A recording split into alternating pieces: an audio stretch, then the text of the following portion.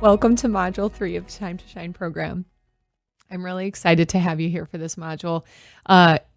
It gets fun. And there's still some edginess in this module. But we have made it into transformational coaching. So the first two modules are very much restorative coaching, and the third module starts to lean into transformational coaching. At this point in the program, you've done a lot of work of clearing and releasing, so you're starting to feel restored. You're starting to recall who you are. And as an energetic being, having a human experience is like, oh yeah, I got this. And I remember who I am, and I have a mission and a message. And this is really, really beautiful. So I'm going to read this to you first, and then we're going to dive in a little bit more. So module 3 is release. This is letting it go. And in fact, the first step here is giving it all up. Letting go of the grip on control, creating the void and experiencing the void. I'm really excited to talk about that. Releasing limiting beliefs. And then there's a little shift here.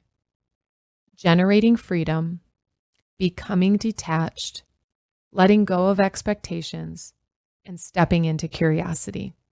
Notice the difference between the first half and the second half of that list. It gets lighter as we go on. And that's where we really start to feel that shift from restorative coaching to transformational coaching. So we're releasing. You're seeing, you're ripping, you're tearing, you're pulling, but this is like giving it all up. Like, what's left over? What else can go? What else can go? And we do a really active releasing of that. And so if you're going to be taking on journaling in this module, it's what else is there? And I'm going to tell you what, I need you to know this because a lot of people get really hopeful, and and this is course 1 of 4. What I need you to know about transformation is there's no bing enlightenment point where you are ever and always transformed and enlightened. So there's a constant evolution. There's always an ever growth. That means you're human. You have a human body with a human mind and a feeling heart and a thinking brain, and you're going to have a human experience. My invitation to you is that as you grow, as you evolve, as you transform, you don't beat yourself up when you have breakdown.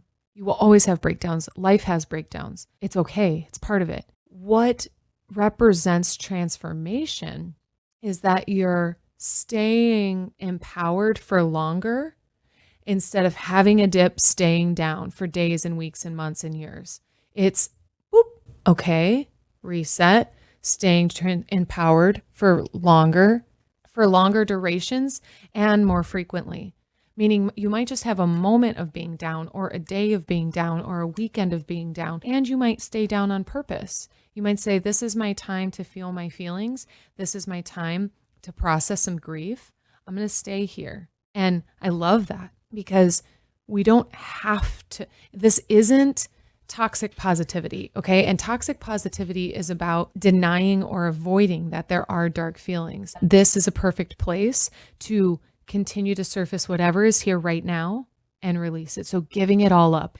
Here's the juicy one, letting go of the grip on control. Letting go of your grip on control has a lot to do with that control freak identity, the people pleaser. It's all ego-based, right? Staying safe, comfortable, and looking good. That's all manipulation tactic. That's all control tactic. That's all trying to stay safe and protect yourself. But as you're growing and transforming, your faith starts to also grow.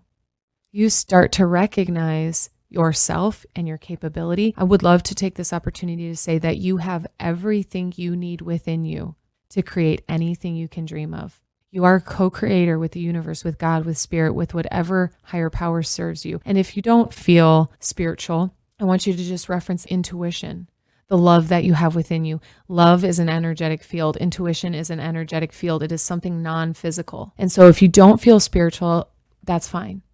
And I invite you to consider that you are co-creating with an energetic field beyond your physical experience. Being able to let go of the grip on control and trusting that you are taken care of, trusting that things work out for you, that's a whole different dynamic than people are assholes and the world is unreliable and I'm all on my own, right? So you've been releasing that. So this is where you get to let go of that grip on control as well. I'm just going to drip in here in case it's important for you in this moment, is also practicing not complaining. No longer complaining about the challenges that you face or the people that are in your life or how it's going for you right now is also a form of control. It's a form of coping, and it's not an empowered form of coping. You have enough skill, and you're going to continue to develop enough skill that doesn't have to be your default system anymore. Let go of the grip on control, let go of the complaints. Like we talked about the hoarder, we must clear to welcome in the new. And so you must create the void, meaning you must let go of things to call in new things. This is very important because I'm saying must, but you don't have to do anything, right? Like, you can do whatever you want. A lot of people do not leave a job or relationship until they have another one lined up. The challenge with that, there's not room for processing and integration. And so what likely happens when that pattern is in play is that you're re-experiencing the reason why you left the first situation. So if you left a job because it was a miserable place to be, it's likely that you replaced it with a job that had promise and magically turned into another miserable place to be, because that's escaping or avoiding. And there's not a process in there. We need to create the gap to clear the pattern, to clear the fears, the insecurities, the identities, the gunk, the trauma, the processing of that, and then the integration. Rest is a really important part of that. A lot of reasons people skip the void is because it's the void, right? Like, we love our grip on control. We love the tangible things. We love to feel safe and secure and stable. And the void is none of those things. But it's in the void that possibility lies.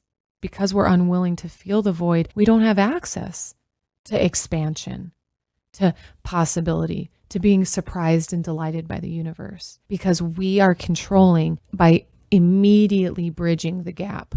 It's in the gap that we are stripped of what no longer belongs, and what does belong, what's more aligned and authentic, has room to enter. And so we must create the void and experience the void. So I invite you to keep that void open, and let's use the heart space for an example real quick. If we clear and clear and clear and clear and clear and clear all those nasty behaviors, all those disempowering, limiting beliefs, and now we've got this big void. I want to add that when we clear, I teach people to shield themselves, because the universe doesn't like voids. Voids are vacuums. And so it would immediately suck something new in to fill that space. And the people in our lives love to fill the void, right? Oh, you have time? Let me tell you what to do with it. Oh, you have extra money? Let me tell you how to spend it. Or here's a thing, or here's a whatever. We want to shield our void as we leave it open, because it feels really unsafe. It feels really raw and vulnerable. When we let our walls down, we often fill that void so we don't feel the hole in our heart. And I know that can seem scary, but it's not. It's essential. And the hole in your heart doesn't mean that you're incomplete or broken or a sad story or a lost cause. It doesn't mean any of that. It means you're making room for you. Because I say, when we leave that heart space open, instead of filling it from the outside in, we fill it from the inside out. That's Hearts Unleashed. Hearts Unleashed is experiencing the void and letting your soul come out of it. My favorite analogy of this was, I did a 10-day silent retreat, Vipassana meditation to be specific. If you're interested, I 10 out of 10 recommend it. It's noble silence. We promise to be silent, no speaking, no body language, no eye contact. So we are achieving silence of the mind. And I was sitting outside on a break of meditation, 10 hours a day of meditation. I was sitting out on a break, and it was a snowy day in Idaho. Not snowy day, it had snowed. It was sunny out, actually. I'm sitting there completely silent, and I hear this, and I look to my left, and there's this little field mouse just kind of coming out of his little hole. And I made this little sound, and he went right back into his hole. I sat there, and I was hoping he would come back out. And so I sat silent, and I watched, and he came back out. And the more silent I was, the farther out of his hole he would come. And he was hopping on the snow and he was burrowing in the snow. It was adorable. But I knew that I would have never seen that if I was being loud or moving around. So I sat in the void of sound and stillness and silence. And I just watched. And I got to see a beautiful gift. And I want to tell you that your soul is like that field mouse. From an early age, you were hushed up or told to behave a certain way or silenced or whatever it might be. And so that soul hid away. You tucked it away for its safety, and that's okay. But we're clearing the trauma.